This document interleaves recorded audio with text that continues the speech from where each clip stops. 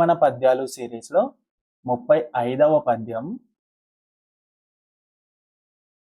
ఒడ్డు పొడుగు గలిగి గడ్డంబు పొడుగైన దాన గుణము లేక దాతయగునే, ఎనుము గొప్పదైన ఏనుగు బోలున విశ్వదాభిరామ వినురవేమ.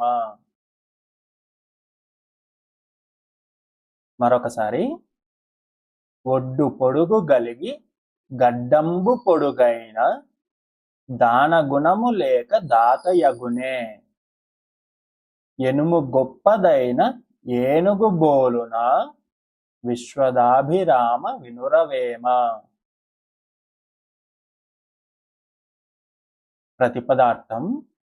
ఒడ్డు పొడుగు గలిగి, ఒడ్డు పొడుగు ఉండి అంటే పొడవుగా లావుగా బలంగా ఉండి, గడ్డంబు పొడుగైన గడ్డాన్ని ఎంత పొడుగ్గా పెంచినా, దాన గుణము లేక దాన గుణం లేకపోతే దాతయగునే దాత అవుతాడా, దాత అగునే దాత అవుతాడా, కాలేడు కదా.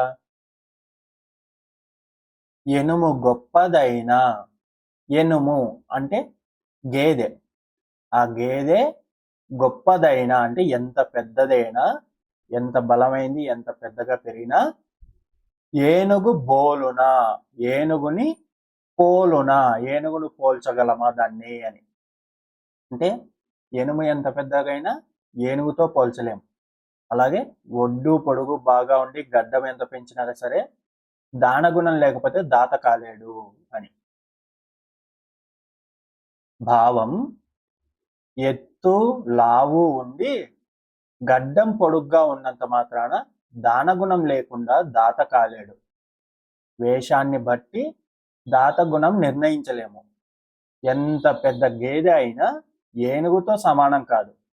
గేదె మూర్ఖమైనది, ఏనుగు తెలివి గలది.